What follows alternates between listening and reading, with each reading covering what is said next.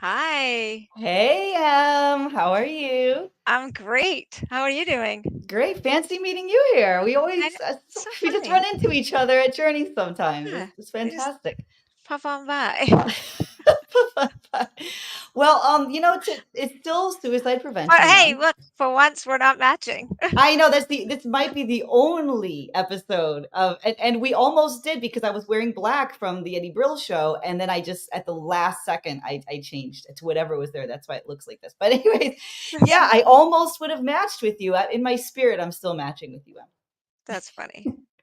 Yeah, so go ahead. Suicide Prevention Month, you were saying. Right. And so you and Bethy Allen from SDF, so Cosmos and SDF are doing a joint, and I don't know what to call it. It's not celebration. Help me with the word here.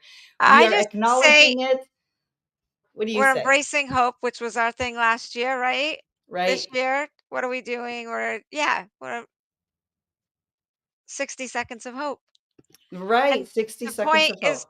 the challenge that we gave everybody was to take at least 60 seconds a day Hmm. and notify somebody or reach out to somebody, or if you're feeling down, Right.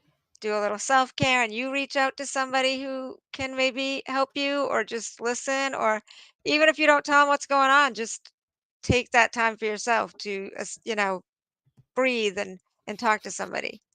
And I forget to breathe all the time. It's like Me so too. hard to even remember because there's all this Yeah. stuff going on. You and I are both always, around the clock. And We we got both all are this stuff like going on. getting 4 in the double whammies. morning, 4 We're in both the getting double afternoon. whammies right now too. So Getting hit by double whammies, right? And that's just a yeah. thing. But we're tough Oh well. ladies. We're tough That's ladies. right. That's the only thing I can say. And you inspire me, and that's the thing. And I want to say this. You inspire me so much professionally and then emotionally and as a friend and as a partner. You inspire me because it's not always easy if you don't have a model of somebody to look up to. And for me, I learn by doing and I learn by seeing. So I'm always reading biographies of people I admire and stuff like that. Having access to is like really cool. And everybody who's watching can relate to this because you are actually demonstrating how to walk the walk of being bold, brave, fearless. I'm always remembering you saying, because I get afraid of a lot of things. I always remember you talking about if you're afraid of something, that's when you're going to do it because you don't want to be afraid. I don't like that feeling. You don't like that. So, but you actually exemplified. A lot of people talk, talk, talk, talk. Yeah. You actually do this stuff. So you're making me a braver, stronger When I person. can. I mean, And sometimes we can't do everything we want, but we can't do everything that we want, but I we think could just having try. that mindset is so important to like have We that. could So try. you're modeling I it for feel the all. same way about you and the other Thank you. ladies, and Mhm. it's just Yeah. listen, we have a really great team on Cosmos and we have a great Fantastic. audience. Yes. And Best in the business. and then our sister group, Bethy, Jake, everybody Oh over my there. gosh. So we're all Oh very my blessed to gosh. have each other to learn from. And we all have different gifts, so it's fun to learn from other people's gifts Right. and maybe grow and change ourselves. So that's nice. But yes, so Right. Suicide Prevention Month, and we have a fantastic guest today, Jim Martel from Operation Ray of Light. I'll let him explain what it's about and that, but he is really doing some amazing things. In fact, this past weekend they did a pretty great event for veterans and their families, and he'll talk about that as well. Hmm. But his organization is growing because, and I know because I work in veteran circles a lot, and Right. I'm starting to hear people ask me, they'll call me and be like, I know you're in York County. Have you heard of Operation Ray?" And you're like, actually, Like, yes, I actually, have. Of course. yes, And I and do for know people about that. who aren't aware of it, is you put together an intro video that I think let's play now Yes, before we bring up Jim, perfect. just sort of give people an idea of like a starting off Yeah, point. All right. excellent.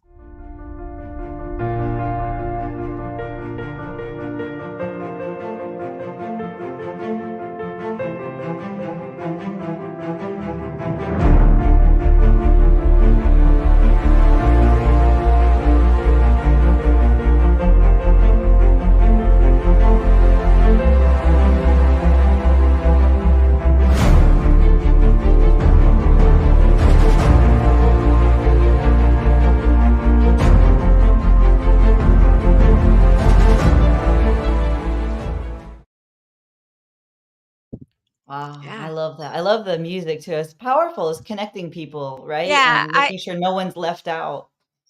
you know, we all have fun and they do some amazing fun events, but when Mhm. we break it down, they're saving lives, and that's Right.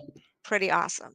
So, Jim's a great speaker. He blew me away last time we had him on, so it'll be good to have him by himself to really dive into what Operation Ray of Light does and what it means to him because Mhm. it's really an amazing organization. That's It's right. really great. Yeah. So yeah, And bring this him is on the up. month to do it. Yeah. Jim Doc Martell. Hi, Jim. Hi, Jim. Hey. Hello, guys. Oh, there he is. Tiny little delay A on little that Zoom beginning, freeze, but yeah. I think we're good now. Mhm. So yeah, do you want to tell them what Ray of Light is and how it got started? Yeah, I mean, we've gone into the modality of a veteran and family empowerment organization and really targeting on veterans and their families as a whole. Part of that was coming out of realizing when I was a graduate student, we my research as a graduate student was based on utilizing what Vietnam spouses had identified as their needs. I did some more research when my father had went to get some help through the VA and whatnot. There was a lot of stuff for veterans, but not a lot going on with veteran families, veteran supports. And as a kid of a veteran with PTSD, we didn't know what the heck that was back then. Nobody talked about it. Nobody said anything, and nobody did anything. And actually, the VA didn't do a whole lot anyway back in the time. So there wasn't a lot of awareness, and there wasn't a whole lot for spouses. So my research as a graduate student back in 2009, You're gonna give away your working age. on my master's was it's fine. It is what it is. That's distinguished for somebody, but in my age, my field. But part of that was lack of really family resources, the really connectivity for spouses of veterans, the lack of these resources, and that was becoming very prevalent. Especially the last 20 years of the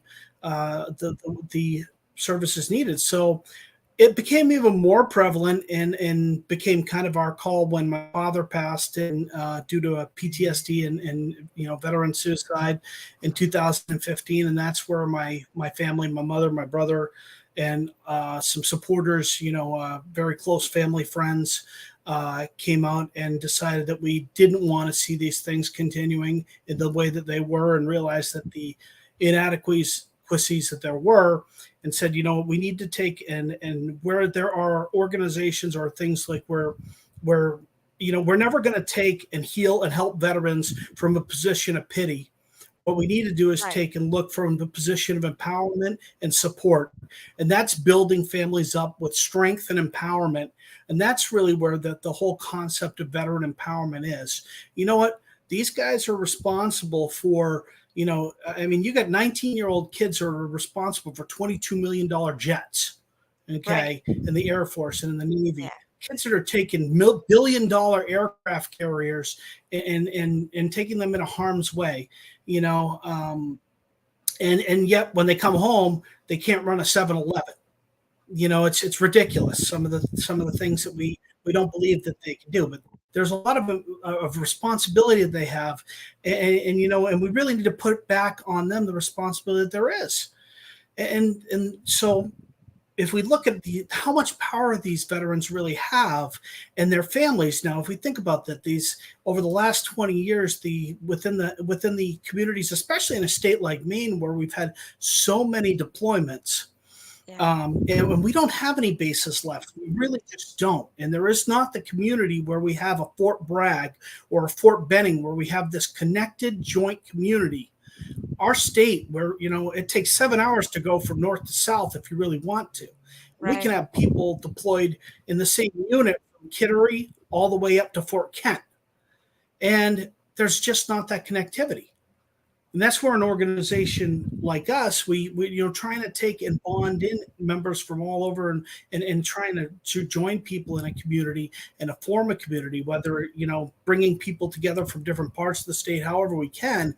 And it's really about empowering and engaging people in together, and working on that empowerment, and whether it's through online. Sometimes we could do some of these things online, but right now we're targeted more into York and Cumberland County. We've really targeted Sebago Lake region because it seems to be a big pocket where there's a lot of opportunities. It's solid recreational activities, but this is a really strong place, an area where we've been doing very well. And it really comes down to building these connections. Like you said, it's connections. And connections are what's going to be the biggest thing to separate people from becoming part of the 22. It's going to be what takes and joins people in the bonds. And it really comes down to, when we look at, people talk about boots on the ground, and it's not boots on the ground. It's people. It's our brothers and our sisters. It's our friends. It's our cousins. Yeah. It's really about passion, and people got to realize that's what it's really about, and being able to get together and to share our stories and to connect and to bring families together and to bond people together. And that's what it's really all about. Ray of Light is about empowerment and bringing people together, young and old, families. And people with It's shared really about, and experience. you know what, really, Like and you know what, and it even, I missed that part. That's all right. You have a slight delay, so it's hard. It's hard, but I was saying that you're bringing people together that have like experiences. Like even if it's not exactly the same, they've experienced similar things. They're not just out in the community with people that don't understand what it would be like to have boots on the ground. And even it comes down, we have a lot of our volunteers, that are, it's also, we built connections with, law enforcement and firefighters, first responders. Sometimes there's shared experiences in that are helpful, and it's also really, I think there's a big healing piece that comes into our supportive community members. We've been working and reaching out with, people that have specific skill sets. We have a tremendous relationship with some of the bass clubs down here, with the fishermen's clubs, where these guys are just great fishermen. And we get these bass fishermen paired up with veterans, and they take them out fishing, and it's just, they take their skill set and go on a boat, non-judgment, just taking fish, and the connection. It doesn't matter that they're not veterans. It's just they're out there to fish and to connect, and it's about the connection, and the connection is fishing, and it's outdoors. And we And had all the this photos. spring out. Go ahead. Sorry, there's a little delay, so it seems like you stopped, and then it's like you're not hearing me for a I second. I just don't thought know someone why, was but talking. there's just a slight delay. I was just gonna say, from all the photos and stuff you guys post, everybody looks to be having a good time, engaged. You don't see anybody like off on their own, things like that that would be a red flag to like somebody like you or I that look for those things. Everybody seems engaged and to be really enjoying themselves. And it's a place where, if somebody needs time to go kind of decompress, it's okay. I joke around. I said, we had the event last week, Patty's Pontoon Boat Days. We worked this. It's kind of interesting how it started. Like, we're selling T-shirts at our T-shirts and cups over at Lowe's North Wyndham, and this guy comes up and he's like, "Oh man, you guys do stuff with veterans?" And I'm like, "Yeah." And he's like, "I own a marina." I says, "Where?" He says, "Over at Long Beach." I'm like, "Dude, that's where my mother-in-law's camp is." He says, "Who's your mother-in-law?" And I told him who, and he's like, "I know them. We're like the thing is right down the beach, right next to us." And he's like, so we start doing this pontoon boat day. And the first year we have 25 veterans out there, and then we have 35. And this year we have 40 veteran families out there, and over 115 with the veterans and the families. And there's 12 pontoon boats. There's people everywhere. And this year we had like the community-based outpatient clinic in Portland gave a ton of referrals. So we had like our oldest veterans that went out were like 70 years old. Not 70s. They were in their, actually, some of them were in their 80s, and our youngest were in their 30s. One of my friends had just gotten back from a combat deployment, and, just gotten back like several weeks ago. So we had people that had just gotten back, but we joked around that if anybody needed their kind of, sometimes people are more social and less. We're like, half of this beach is veterans that we know, or the marina, so you can spread out. If you need to, you can go walk 600 feet down. It's If you need to get away, you can get away and Right. come on back. And when you smell the burgers, Yeah. it's all good. You need space, you can get it. You Yeah. know, I mean, it's all right because we can meet you wherever you're at. And that I was say just the that kind all of the way it time. was. I say that a I lot. mean, it's all about meeting people where they're at, and like we had coffee and conversation this morning. We moved it up to we were having a lower numbers in Sanford, so we tried out moving it up to my office in Standish, and we had a guy up here in Standish, and he's been watching the Hit 22 program. I don't know if you've been seeing what we did with that. Um, I kind of been trying to push exercise as a means of Yeah. suicide prevention, and I've been doing, I'm no model of physical fitness by any shape, form, or anything like that. I'm, 47 and got busted pieces all over the place. But, you know, I said, out of these 30 days this month, I'm going to do a hit workout 22 days for the 22 veterans. And, my guy that was with us this morning, he says, "Hey, where's that gym that you've been doing that at?" He says, "I've been watching your workouts." He says, "Where's the gym?" So he left with the office today and went over, and I showed him my gym and showed him around, and he signed up. And, so one of Nice. those deals is, let's lead from the front. Exercise is a good way of taking in, of helping reduce stress. And, God knows that we could all use a little bit of that. And, if we can It's help each other really with those things, I'm going to keep doing the hit, do the hit 22 and hopefully get my 22 days in of, if I can keep on going and, keep mentally tough. And, God knows that I deal with my own darkness that I've got to work with because, I think a lot of people have to. We yeah, we do. all have I to think deal with our darkness, and I got my shadows everybody that, has that demons. like I've got to work on now. Absolutely. You've got those pieces. And I think one of those pieces is the other piece is being a good model for, from leadership is that instead of, when we take in helping, I think in a certain way is helping veterans to realize and their families that if we try to push away trauma or those demons or even I think, a bigger piece is moral injury, those pieces of the soul hurt that's there. If we push them away, we try to hide them. We don't get to know them. We leave those seeds over there. They fester, and it kind of stays underneath the soul. It grows, whether we realize it or not.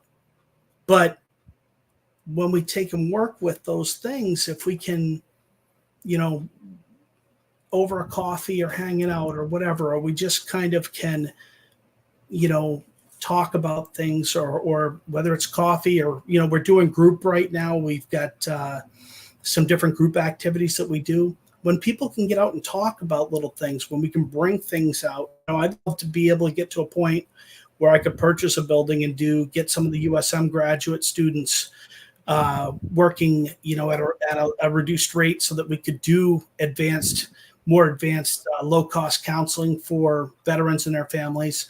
Um, that will all come hopefully down the pipe. But one of those deals is that we could do work with moral injury, which is a separate component from what the clinical diagnosis of post-traumatic stress is.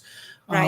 And really looking at more that kind of soul injury that a lot of veterans deal with.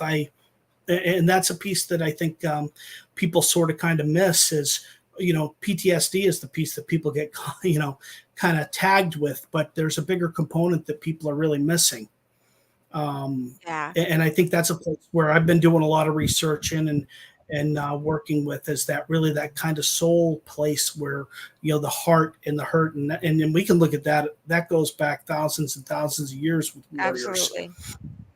And I Absolutely. think that's a huge piece. I think one of the things that you're doing that is really inspiring because some people will find a groove, and then they'll just stay in that groove. Like, this is working. I think I'm going to help a few people. It'll be fine. I'm just going to do this. But you're not settling. You are still learning. I know you just took some classes and you still have your practice where you do your actual work day to day, 40-hour job. And then you still do ray of light, but you're always growing and learning to improve what you're bringing to the table. And that alone is going to make it successful because it's already successful, but watching it grow, you just start imagining where's it gonna go, right? And if you're not gonna stop and put walls in front of yourself and be like, "Well, that's as far as what I know goes." Like, people do that, right? And you're not doing that. You are like, "Nope, smash that wall, I'm gonna learn something else. Oh, I think this would be helpful." I think you just did some actual training, didn't you?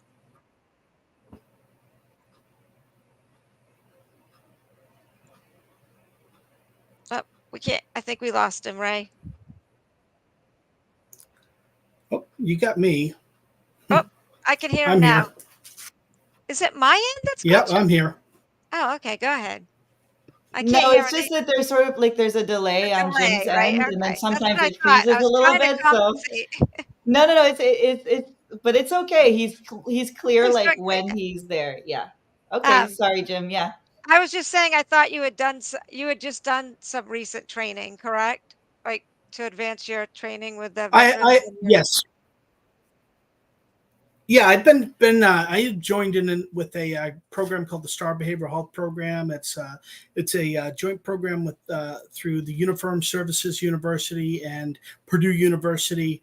Um, they have multiple tiers. It's actually a really great program. Anybody who is in mental health and working in mental health, or graduate students also, but they have a tier 1, 2, and 3 system. It's a great for civilian. It's really about getting civilian practitioners geared up with military competency. And what I find about it, like, this network, anybody who is military or military connected, like right now, we've got issues in Maine, especially in southern Maine, where like in the Portland area, we've had issues where I have had clients that cannot get their significant others who are veterans into community treatment through Mhm. the VA. So we've gone into the Star Behavioral Health Network, which I belong to. We go on the website, we look into the Star. You can basically go to the Star Provider Network, look at it, and you can look at credentials, look for a provider, and you'll be able to see all the trainings that somebody like myself has done. You can find me right in there, and you'll see what their trainings are. Boom, boom, boom. Look down through and see if that provider might be a match for you. And you can take and put in a referral for said provider. That's open to spouses, that's open to military families. It's a really great option outside of the Veterans Administration. So it's great, really good option for retirees, veterans, things like Yeah. that, especially when, like right now, they're telling you over at the, if you want to get in to see somebody live over at Portland, you're going to be waiting, probably till February or I was March. just gonna say almost 6 months, So, yeah. and it's also, yeah, it's also a great option for somebody, that, but I mean, they offer some really tremendous training. Um, I'm set up I think in another October, I did another back to back of, I think it's a Thursday, Friday, then a Monday, Tuesday to do some advanced suicide prevention, veteran suicide prevention, tier 3 trainings, and then some exposure therapy trainings. It's just really, really great trainings. And once again, it's just flooding of different information, using more and more, and part of it that helps you to keep going is when you get, this summer has just been I think it's a powerful flood of positive, connection and emotion. We've I just had a lot of really good things happen this summer. It was, we had a great event on Fry Island with um, the Millie Foundation out on Fry Island. Met a wonderful family out there, It's beautiful there, and huh? it was just tremendous. It is, and the bigger part was the people. First day I went out there, we just visited this island, and it was just this very powerful, powerful place. There was a, I got something, I carry this right here. I was given this from Lieutenant Scott Milley's father. It's a challenge coin, and his mom, and we met this family, and their son, was killed in Afghanistan, and they started this foundation. And when we were out there on the island the first time, I saw this bench that they had right out overlooking the lake, and it was just this very, very powerful, powerful place. And I had just this very powerful feeling there. And when we went out there, I said, we got to do something. There was just this strong, strong feeling when I was there. And I said, there's something for healing in this family, and just seeing what they had done. They had done something very similar, and they had raised money for service dogs for veterans, and just a lot of things for veterans down there. The Milley Foundation, if you get a chance to check out their website, it's very cool.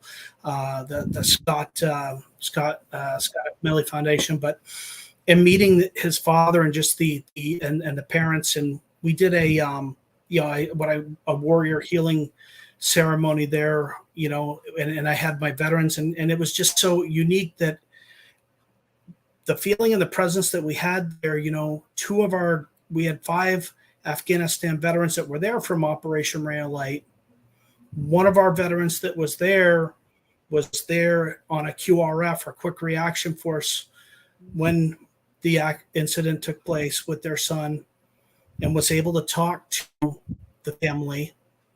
Another Afghanistan veteran took and gave him his hat, the family the hat. It was just this very powerful. I get that this whole, it was just this totally like exhilarating, like connected feeling with the family, and knowing that they had this loss, and this powerful loss, and a different, but just this, very strong bond. And it was one of probably the most powerful days since starting out. Like I said, it was one of the most powerful days in 8 years since starting it, and it just totally rejuvenated everything. And one of the most powerful days I've had since we started it.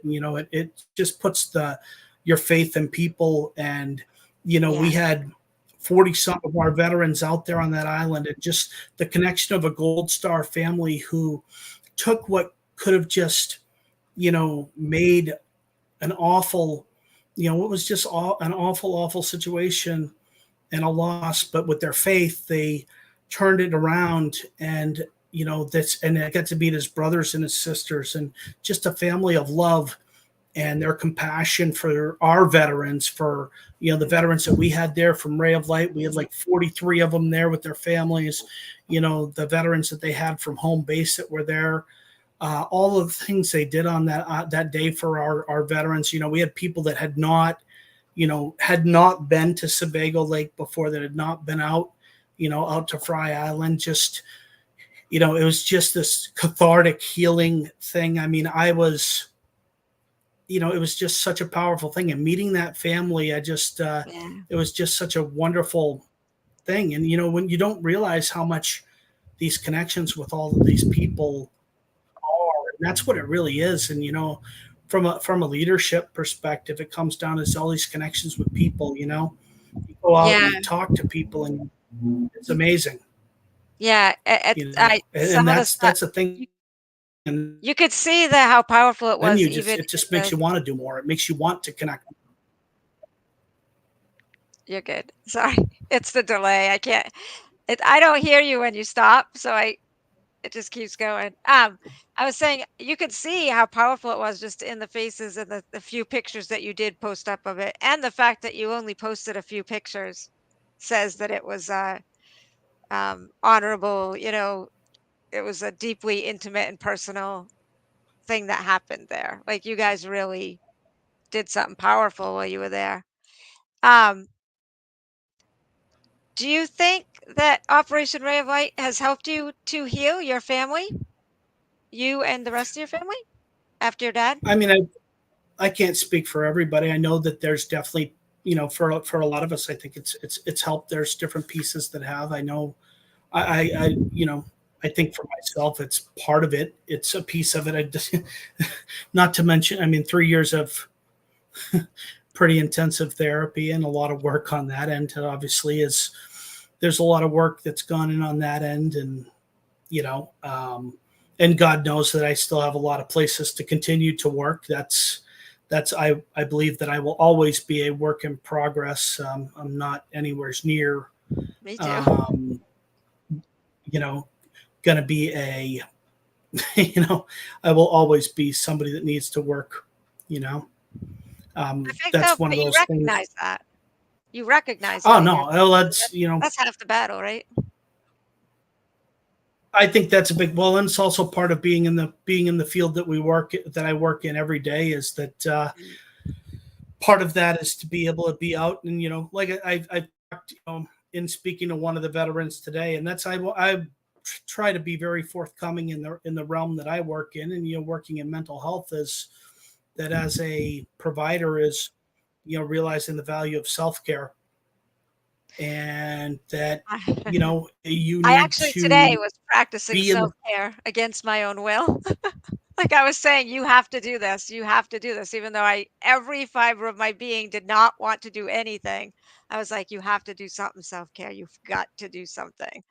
And I'm like, sometimes well, that's and just the way it is. You're fighting yourself, you know?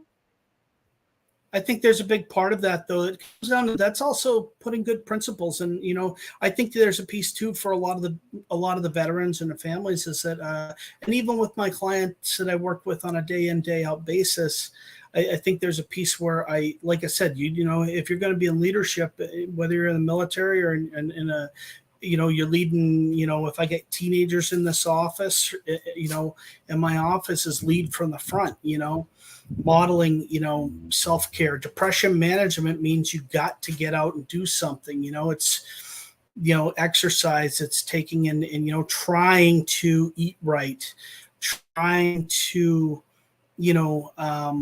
mentally, whether it's a mindfulness practice or meditation or prayer or whatever it may be, maintaining some format of that, being around positive people, trying to work on those levels. I mean, I'll say, I build it right into my day that, my HIIT workouts are smack dab in the middle of sessions. It's 1, 2. Usually I do 3 sessions in the morning, and then I'll do 3 or 4 in the afternoon. And the workout is built right in the middle. And you know what? And, I converse when I need help. I converse with the trainer, because you know what? My ankles, my back, and my knees are all major Oh, problems. oh, And here we when he's gonna something sing a is, song. My neck, my back. my back, my knees, my ankles, and one of those things is, what? I talk to my trainer, and he's a good dude. And it's like, okay, you know what? This doesn't want to work today. Tell me what to do, and tell me what other stuff to work with. And you know what? And that's the thing. I said it in one of my things the other day. When you need help, talk to the professional and get some help. He says, my trainer will give me, he'll give me a what do you call it? He'll give me a different workout if I'm busted downstairs. He says, here you go, try this. And then at the end of it, I want to take and throw it back at him. But Right. it's in the end, you feel better. And I mean, Thanks it's for the just workout, dude. mentally taking good care of you. Yeah, thanks a lot, buddy. And now my chest. Yeah, you know what? Your feet hurt. Okay, we'll make your chest hurt instead. All right, but I mean, Oh, maybe it's you should just taking and explain working. maybe You you got should to be take a able to take second care of and yourself. just explain what the HIIT program is so people know how intense that is. Because 'cause I've seen your list of things that like, even just one list of what you do. People probably don't understand. Just give a Uh, rough. HIIT is high intensity interval training. Um, I started doing it one time a week with the intention of sticking with it one It's week. This tough. is like 3-4 months ago, and I was like, I'll do it once a week. And then I was like, okay. And, I started trying to do this health thing, and I'm lifting weights and I'm doing all this stuff, and I wasn't having the desired results. So I started doing it a couple times a week. And then I'm like, okay. And trying to do a few things. So the reason why I changed into going to multiple times a week was trying to see if it would change and be able to, in your 40s, your body decides it doesn't Yeah. want to cooperate with you anymore. And it decides that it wants to not burn anything off of you. And that's kind of what happens. So hit True. high intensity, lots of repetitions of lots of work. Basically, you are doing a lot of high intensity work over and over again. And I kind of got the idea of doing a hit 22. All these people talk about 22 push-ups a day, blah, blah, blah. Mhm. We can do that stuff blindfolded. Me, Yeah. I was kind of like, you know what? If I can do, I wanted to do something that was challenging mentally, physically. Right. And I think about a lot of the mental pain and anguish that people deal with who are dealing with mental health issues. I mean, I know what it is. Like, I can think about when I was at my darkest, the months and really the first couple of years after my dad passed, and the darkest freaking days that I had. And I still have dark days. And I think when I'm really in my really darkness, and I think about those dark cloud days when I have, and there are still times, anniversaries or things like that, where I have certain months that are really kind of just, Difficult. I said, like when I have my cloud, I've got my cloud, and Right. at this point, I kind of, I try to befriend the cloud. I guess that's what I call it. Is it's there, and at least I know what it is, but it's there, and I kind of, in a certain way, there's a way of kind of, if I manage that pain and that exercise, and I can push, and I tell people that I leave my what do you call it? I mentioned to the trainer that I left all of the demons of everything on the mat that day, and all of the demons were in that big sweat pile on the mat. All of that aggression, all of that anger, all of the hurt, all of everything that is there on the ground is there, and it's just all there on the mat, and it's just everything is there, and I think that's a big part of what the hit 22 is, and that, and sometimes I'll leave a little advice of something, but it's really about 22 days. And it's for me, it's pretty brutal. The workouts are pretty And you brutal. hold yourself accountable because It's you not post easy. that. Right. Yeah. I just wanted, I Renee, can you read absolutely what John Duncan wrote, please, so Jim can hear it? Yes.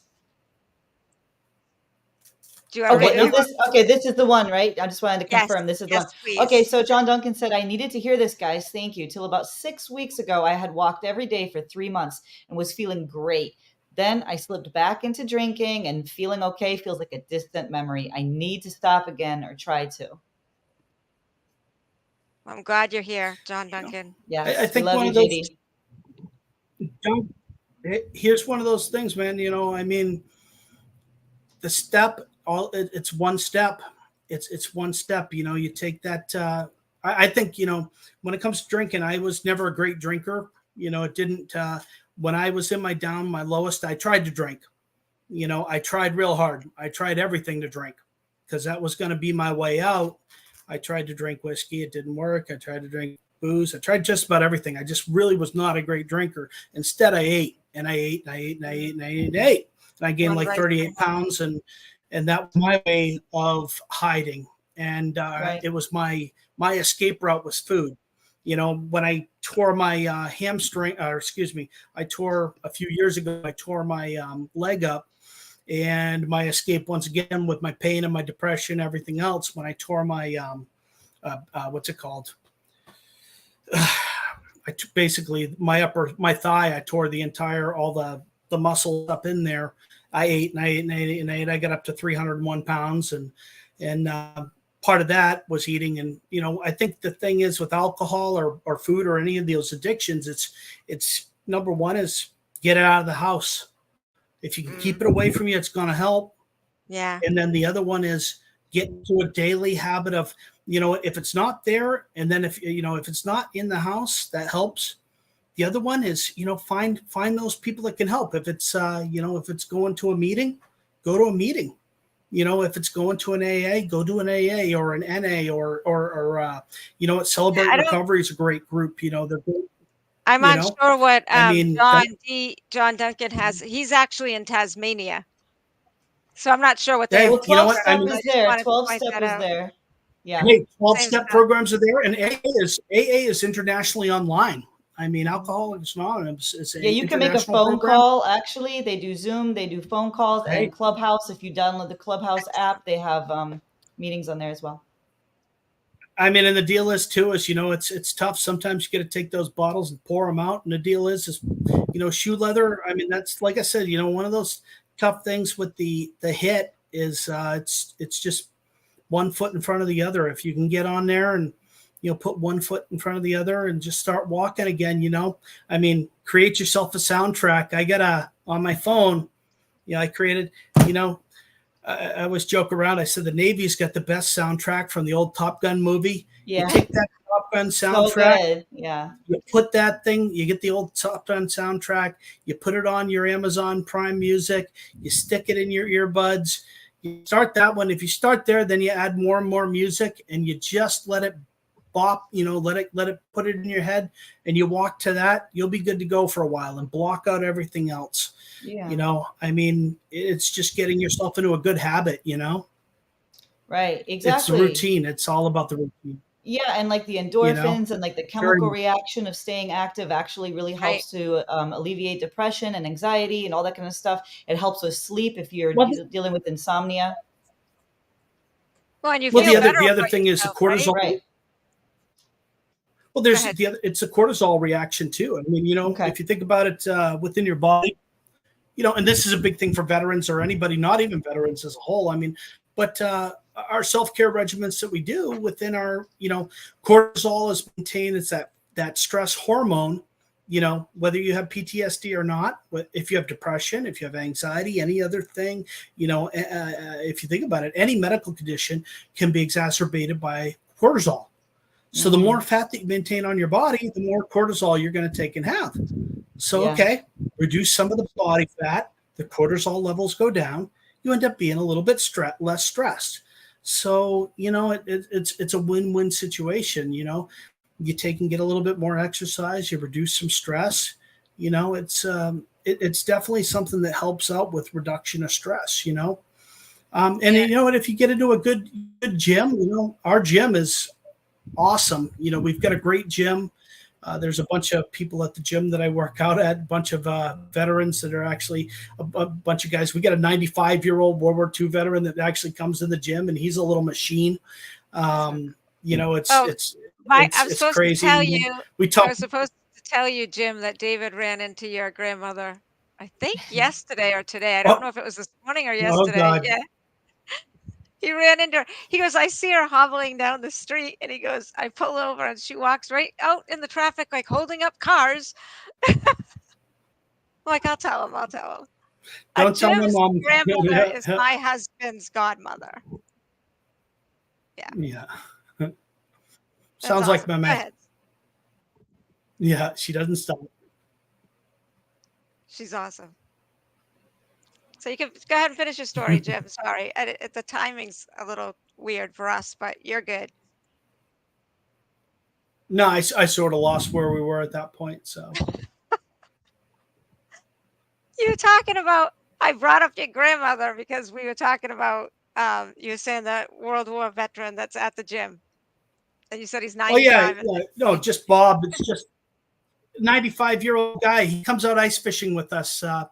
It's one of the things. His grandson amazing. is an Afghanistan veteran, um, and he takes his great grandkids out, who are like I think his son's like 6 and his daughter's 4, and they'll come out and they'll fish with us, and we'll have a bunch of people out ice fishing, and he'll make a phone call. He'll be like, "Hey, where are you guys?" He'll give us a call about 10, 11 o'clock. Oh, we're over at such and such a pond. Okay. Well, I'll be over there at 11. What are you guys having for lunch today? Oh, we're cooking burgers out on the grill. All right. Hey, are you guys going to be, would it be too much of an inconvenience to come up and pick me up with the side-by-side? Oh, no, we'll be up there and pick you up. So we go up, pick them up with the side-by-side, bring them down to the pond that's a half mile into the lake. Come down. He hangs out for 2 or 3 hours, fishes till he gets cold, has lunch with us, hangs out with his grandkids, his great grandkids, has a great time. So you got 3 generations down there, 2 generations of veterans, 95-year-old, hanging out with his 40-year-old grandson. Awesome. I mean, you're talking about it's it's multi-generational, stuff that's going on. It's just it's an interesting thing that you could just get all Yeah. this pieces together. I mean, I look forward to it this year because we've got a disability accessible ice shack that is going to be I was just completed this gonna year by one of our. I was gonna bring up the fact that one of the things you do that you're really big on with Operation Ray of Light, which is huge when dealing with veterans or older people or any disability, any community that has a large disabled population, is you do everything you can to make it accessible to everybody. Like you got the side by sides, or you rent, or you raise money to purchase whatever items are needed. You try to make sure that you have it, and that's pretty amazing too. Well, when I tore my it was interesting. I mean, the year that I ended up tearing my quadricep was an interesting year too, because I got to learn what it was like to be disabled for a winter time. I think it scared the death out of my, it really scared my wife quite a bit when I was ice fishing with a torn quadricep. 2 weeks after my surgery, and she's like, "Oh my gosh, you're going to take and tear it again. I'm going to have to take care of you for 2 years while you're taking a rehab in this." But one of the deals is, my soldiers and my, all of us together, we just teamed up and they helped me out. And, we really work as a team. It's, I have a really great team that works together. And, part of the deal was, it's really ice fishing and taking care of each other without limits, everybody taking and helping each other out. If I couldn't drive the machine for a while, somebody else would hop on it. Yeah. The ice fishing shack with the disability ramp, I think this year is going to be a really cool asset, because as long as we get ice, I mean, we can take out, we get an 85-year-old that wants to get out ice fishing and he's in a wheelchair. We could throw him in not throw him, we'll help him out in the side by side, toss his wheelchair in the back, get him up on there, put him on the ramp and wheel him right up in the shack, keep him nice and warm. If we got veterans with low circulation, we can keep them warm inside there. We've made some really cool investments. Like last year, we bought a battery powered auger, which is really lightweight. We've got some lightweight equipment so that even our younger veterans with kind of back disabilities or shoulders or things like that, bad knees, can operate a lot of the equipment, because we've gone into lightweight equipment. Trying to make things to the easier capabilities. We were even talking, this last week when we had the big event. I mean, we got a ton of phone calls from a lot of the guys that were out there that were in their 70s and 80s. It's like, you guys want to come out? We pair you up with some of these younger guys, Right. and hey, we just team up and get people out there together, and you tag awesome. team up, but. It's really about camaraderie, and that's one too. Hey, we get some of these, get some get some of these younger volunteers out there. Doesn't mean we need to have everybody in the military. Purpose. Honestly, I wouldn't. Like having a purpose is so vital to being human, and you make sure that, like, a lot of your volunteers, a lot of the people that help, they are also there for the same thing, to make connections, to get, and so you've given a lot of people purpose, right? Through this as well as everything else. And it's really important.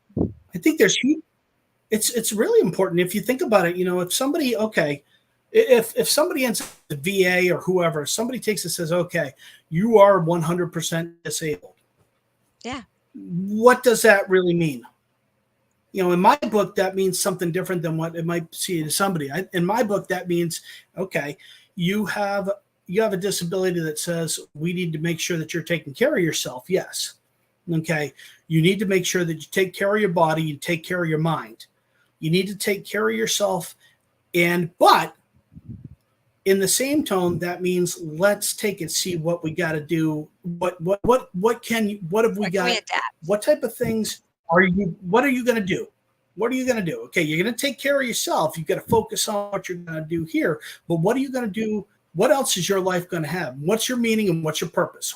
What are you going to do? Okay, we're going to make sure you get a good self-care regimen. You're doing what you got to do on that end. You're taking care of your family. You're going to be number one dad. Okay. Oh, you're going to take and help out with coaching Little League. All right, cool. You're going to be a good coach for Little League. You're going to do that stuff. Oh, I mean, having a, whatever. And then it comes down to, all right, you want to, it's like redefining, sometimes coming out of the military, coming out of those positions is redefining what your purpose and meaning and mission is. Yeah. Redefine what you are. I think sometimes that's the redefinition of who and what you are. And sometimes, you come up, or even military retirees. I come out and say, somebody that's been in the military for 20 years, it's like, you know what? Think about it. You just gave up 20 years of your life for your country. Yeah. You don't have to come out with this huge, lofty mission in life. You took and gave 20 years of your life for your Navy or your Army or whatever. You don't have to have some big, colossal mission. You know what? If you want to take and be the best fisherman on the planet and work a part-time job, and take and volunteer and take good care of yourself and do things, then that's an awesome, lofty goal and mission. I think there's a part of redefining where you're going to be and what your purpose is. Yeah. And helping people to be able to redefine. And becoming disabled in any sense of the word is difficult anyways, because you have to get through the mourning. You have to mourn how you thought it was going to be, which nobody gets how a picture perfect future. But when you have an injury or an illness, then you think it's like you don't have time to transition. It's just like, boom, your life has changed. And it's important to be able to pivot and to say, you know what, this is what I want to do. Not what can I do, but what, and no matter what, if I had no limitations, what do I want to do? And then finding a way to adapt it so that you can still do it. And that's hard at first, but you really make that easier for people. But I think that's also, it's what is my ability? Mm-hmm. Where is my power? And I think there's where is my power? Where is, I always think about this. I think about, in my life, I have very, I say I never have, even with Hit 22, I have zero athletic skills or ability, none. Okay. Anybody who wrestled with me in high school knew I had absolutely no athletic capabilities. Okay. The one thing that I have is heart. That's it. All I've had, and that's it. That's the only thing. Okay. Not superly gifted in any way, shape, or form. So you know what? Okay. If you got heart, you use your heart. You know what? If you are gifted in mathematics and things like that, and you know what, you have that, then you go with what you have there. And I've got people in Ray of Light that have just these amazing, that are just like they're like the fish whisperers, and they can catch fish. They could catch fish in a mud puddle. They could catch fish in a mud puddle. Yeah. I mean, literally, they're in which case, all the power to them. People that have these mechanical capabilities that can do amazing things, but what is the, it's not the can't, it's the can. How can I work with whatever I am given? If I've got I say it like within my workouts, I have range of motion issues because of my back, legs, and knees. So you know what? If I can't lunge the right way, I'm going to lunge the best I can. And you know what? It might look like a robot, but I'll do the best that I can. And it's going to be good enough because it's what I can do. And I'm going to try like hell, and that's all that matters. And you know what? In life, it's not our disability, it's our ability. And I remember a young man that lived with me, God, 20 years ago, who was in one of my in my wedding, and John, and he always talked about, he never talked about he had Down syndrome, and he always never talked about his disability, he talked about his ability. And he always said, it's my ability. My ability. I don't, whatever happened, wherever, everybody's got an ability. Every veteran that comes home has an ability. And you know what? And sometimes we get stuck. But that's okay. We can get stuck, but anything that can get stuck, it's just finding the right thing to get unstuck. It's WD-40, whatever. There's always a way to find something to get unstuck, mentally, physically, emotionally, and then that's where we're connecting with other people. That's what helps us to get unstuck is the connections with other people. Yeah. So that's really what motivates. For me, getting up, my worst time of the day is my first step of the day because it's going to be my most painful step of the Hmm. day. But I have one of the things my therapist had me start doing was I have a list that's like memorized of just like 10 things that are really important to me or give me hope or things that I know somebody's counting on. So like, my kids, my husband, my home, my mom needs me. Like I go through this list in my head, things that bring me joy. I want to take the dog for a walk. I gotta, like Hmm. things that I'm being counted on for or things that bring me joy. And I will repeat that in my head. And it's like a switch. Okay, I gotta do it. Like, let's do it. Because if I don't take that step, I'm not gonna be able to do any of this. David Goggins said something. He says, you know what? If you do something that sucks every day, okay, do one thing that sucks every day, which it sounds like that first step. My first step. You're gonna be if you do something that sucks every day, you will be successful.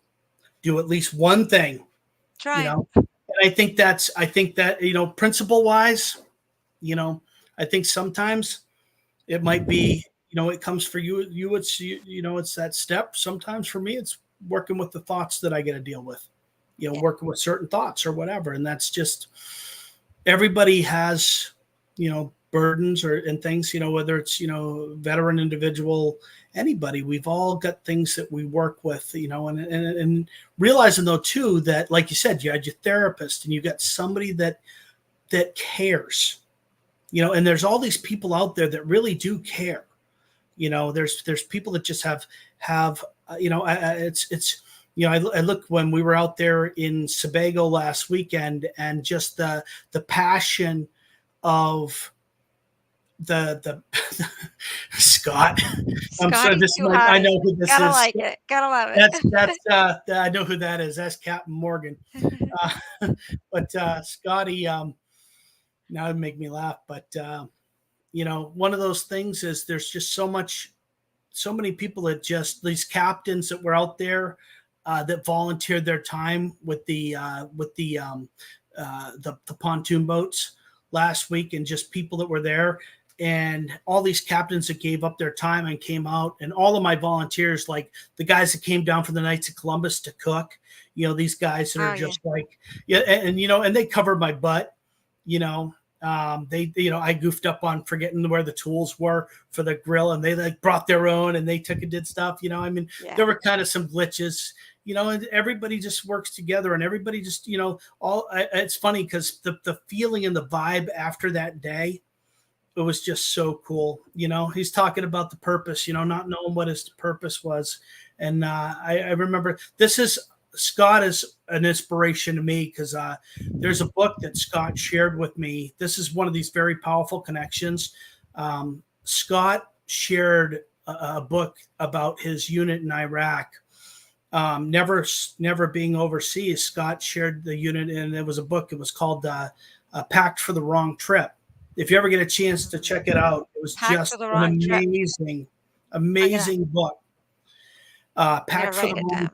It's about a Maine unit that was Text it to me after. Send it to me in Messenger. Packed for the Wrong Trip, Scott. I'm promoting your unit's book, but it was written about a Maine artillery unit that was actually supposed to be sent to Afghanistan, and then they ended up sending them as prison guards to Abu Ghraib. But it was these guys were sent for the wrong mission, the wrong purpose. But unbelievably, Scott, he in a way, we had this really cool discourse over the summer. I was listening to the book, and I just wanted to hear his story, and I listened to the book, and we went back and forth, and there was just this really cool thing because Scott and I wrestled together at Sanford, and but I knew him as a kid, and he saw the Ray of Light stuff that was going on through Facebook, and we reconnected in Ray of Light. He Oh, was that's cool. deployed. He was deployed 3 different times between Iraq and Afghanistan. Wow. And I saw his picture, obviously, as a grown-up adult in a military uniform. I couldn't recognize him because he only weighed like 120 pounds in high school, And we got him out on a fishing trip with us with another organization, but I read his book over the summer, and the audio book, and went back and forth and talked to him about the book. And it was really about really trying to understand, trying to listen and understand his experience, in the greatest depth that I could. And I think that's a big thing. Something I really want to do with Ray of Light at some point is work with civilians actually, and get some people who really just want to take and listen to our veterans, just spend time and just listen and Yeah. just sit and hear the stories and Oh, just that be would able. be, you should try to hook up, like, with the high school. They have to get community service hours and stuff. You might be Well, able to get some kids to come in. I think it's more I want to get more on an adult level. I think Adult it's level. part of it is that more of the responsibility. I think there's a piece where we have such a disconnect between the adult community. We are very willing to send off young men off to war, Yeah. and but how many people really, we can say thank you and thank you for your service, but in a certain way, I don't think that's adequate. you Yeah. know And we just if you come from a non-military family on top of it, you don't understand the full scope of what that means, that and somebody. you Yeah. don't have a thank you for your service is it's not having it really doesn't have a clue. I mean, I really think there's a piece that really, for somebody to be able to actually hear a story of somebody Mm. who has had to make very difficult decisions. I've, in this office, shared and spent time with people who have had to make extremely difficult situations and decisions, Yeah. and dealt with things, and I think that are very difficult. And I think people want to share their stories. Excellent clinicians like Michael Castellone and doctors Nash, who has done great research on moral um, Mm. Yeah. different research and stuff. But one of those is that being able, that people who did not serve, being able to share in the stories of those who have served overseas. That is really where we're going to have healing for our warriors. And I think that's a place where Ray of Light can go in the future with our college Awesome. students and with our adults, and people really being able to take a non-judgmental place and being able to really hear our war stories, and to really be able, that is where healing will come from, and that's where people Healing. can really understand our warrior and And grow, that's what it's and where all we can about, heal as a really, nation. is healing.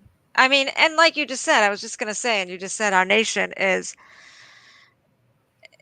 veteran, not veteran. You work with veterans. I work with both veterans and civilians, but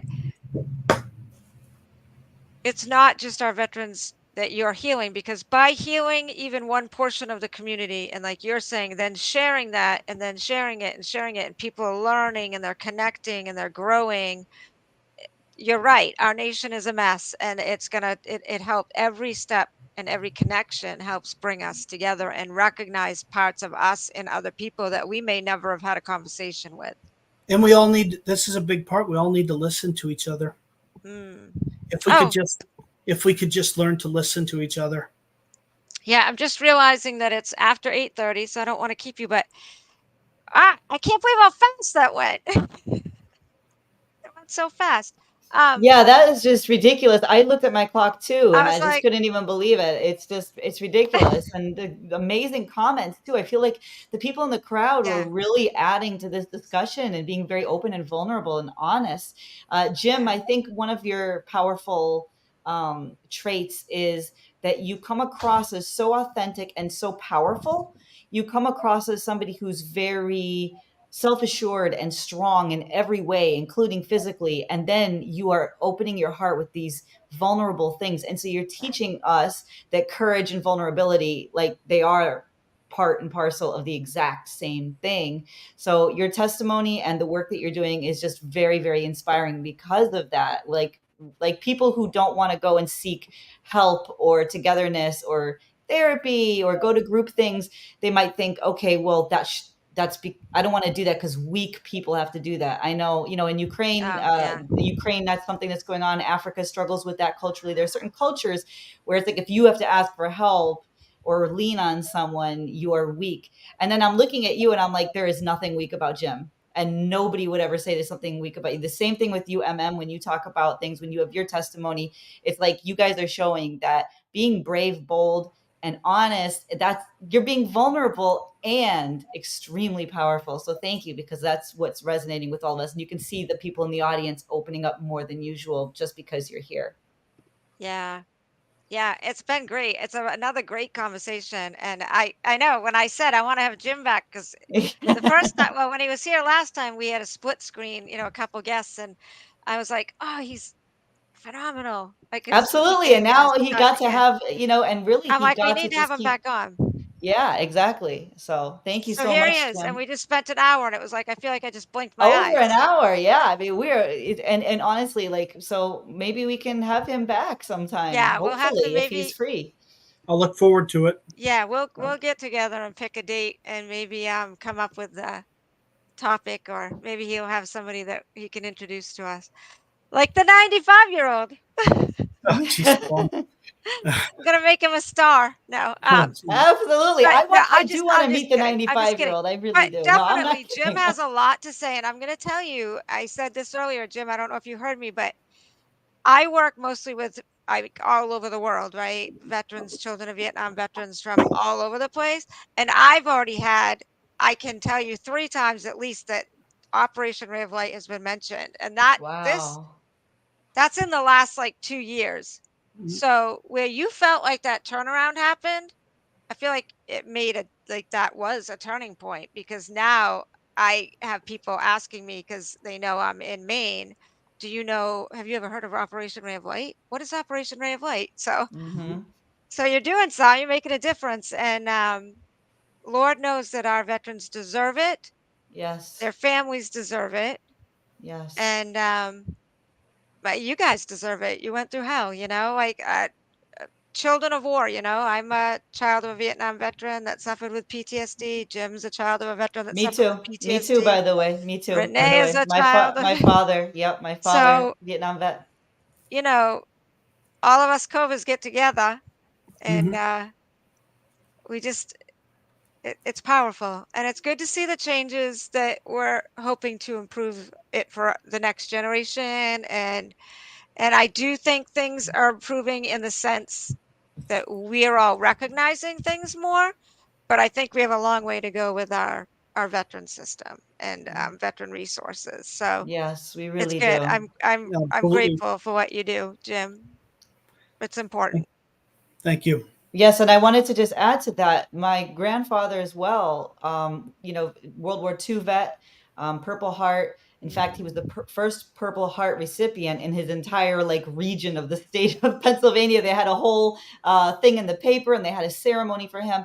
But that generation, see, I've seen how the culture has come a long way. And Jim, it's because of people like you, and M, because of people like you, people who believe in veterans and come together around them. In my grandfather's day, it was almost like a hush hush thing. Mm, He never talked about it. And then my father's generation, I could see some cracks opening. Now I can see that the younger generations of vets are getting a lot more, attention on these things. Like you said, not just PTSD, but all of the other little things and vulnerabilities and struggles that they have to go through, and the soul issues, which I'm so glad you brought that up, Jim, because that's something that I think in my grandfather's absolutely. generation, I don't think my grandfather would have ever even said that phrase. But that's what the younger generation. So it's like we are progressing, we are evolving as a culture, and it's because of the work. And also, of course, thank you for your service, all veterans. Thank you for your service. We have veterans here on Cosmos Television and on Tarta Media Network. I'm just so proud to be around veterans because freedom isn't free, and we know that. Yeah, it's important. My dad didn't talk about the war. Right. We weren't Mm-mm. allowed to bring up Vietnam. Like it was You not don't like bring it up. even when Platoon and all that came out and everybody was watching it, Right. we did not even discuss it. Like it was not a discussion in our home. So for me, when I got old enough to understand what was happening with my dad and why my dad was the way that my Mm. dad was, because my dad was great when he was home, but he just wasn't home a lot because he couldn't be present. So he just wasn't there. He'd be It working. affects all these He put lives the because how he was able to parent, changed your life as well. And so it just right. keeps, yeah. And it just keeps going. So we can all decide to sit in that trauma or we can make a difference. And like Jim Yes, and his ma'am. family took a horrific experience that they will never, fully be able to like close a door on, obviously, but at least they're healing not only themselves but their community, and they're helping other people that may have gone through what they've gone through Mhm. or could have if they hadn't been there. That's a definite Mhm. one. I mean, I know there Could have been have if you weren't there. circumstances. There's definitely a place where we know circumstantially where we've been able to intervene and do things there, and hopefully, or there's the ones that we do know of. There's been at least several, and that's just the ones that we do. And And there's isn't definitely that ones. everything though? Just It, one. it, it means a lot. I mean, the Yeah. deal is that we almost lost one this year, and I thank God that it didn't happen. I mean, Yeah. there's times too when somebody has the faith and trust in you and says, you know what, can you hold on to my, right now I don't feel good about having my firearms. And if somebody says that to Mhm. you, you feel good about it. You're like, you know what, dude, yeah, let's get them. I'll hold on to them for you till you feel better, Yeah. till you get squared away. And you know what, that's a piece of people and brotherhood and trust where, I certainly will hold on to stuff, for you. I would absolutely do that for you. And I mean, those are the things, Jim, that a lot of veterans why a lot of veterans don't seek help. Like my uncle would never call anybody well, for and help because he's like, they're gonna come, they're gonna take everything out of my home, like this, the procedure. well, and it's And it's so it's they come to somebody like you, they trust you, and you handle it in a way that works for them as well as the law, obviously. But what works and for there's them, there's there's means of, and that's the thing, working on means of, okay, is there somebody that can help you with this, right? somebody that can hold on to the perception, seeking help. When you seek help, okay, Mhm. nobody Mm, can take anything. They can't take your rights away. If you Mhm. seek help, if you get right, forced to get help, they right, can take your rights away. Okay, so yeah, if you seeketh, you keep your rights. If you go out, you know what, that's one of those things. Blue papering, unfortunately, if you end up getting blue papered, they can take away your firearms rights. So I mean, one of those deals is you're better off in all cases to take it. You know what, go get some help, go talk to Mhm. somebody. If you're taking your medication, you're doing the things, if yeah. you're not feeling good, you're way better off, to go out and get the mental health support that you need. And that's always, I mean, that's one of those things I think about is, when I mean, if I get into a funk, I'm going to take and find somebody that's qualified to take and talk to, and work those things. And I think that's really one of those spots is, we really just taking a look, given, like I said, when you have, like, you've got your therapist or you have your trainer, find the Mm, qualified person to work with. And yeah, I think that's a big part that some of that STAR behavioral health training, that they're talking about is what are the options and opportunities. That way, you have multiple layers of places where a veteran can look at different options, so they don't feel pinned in a corner. right, With you just have to get yeah, rid of everything. I mean, I think there's a certain place you'll see sometimes where, it may come down that if someone is, and I think more times than not, if you get options, people are going to feel a lot more secure and safe with that. And I think that's a Mhm. good place to work from. that's Once again, awesome. get someone that could take in, if somebody had the opportunity to take care of an F-16, and then you want to take and tell them they can't do this or they can't do that, that's disempowering. Yeah, Give somebody the opportunity to take care of themselves and be empowered, they're going to be a lot easier to work with. Right. right, You So know, yeah, true. Great advice. Yeah. and I think about it, I feel, that's a big part. I mean, mental health is no different, taking, if you're going to counseling, it's no different than taking insulin. If you're an yeah. insulin Whatever dependent your diet, treatment is. if you need to take insulin as part of your regimen to keep healthy, it's no Mhm. different than therapy. I think therapy, and if after COVID and everything else, I think just about everybody out there needs Yeah, therapy. I was just gonna say, like, the whole community, yeah. Yeah. Well, I do wanna say, can you tell them the website and everything for Ray of Light, how to reach you?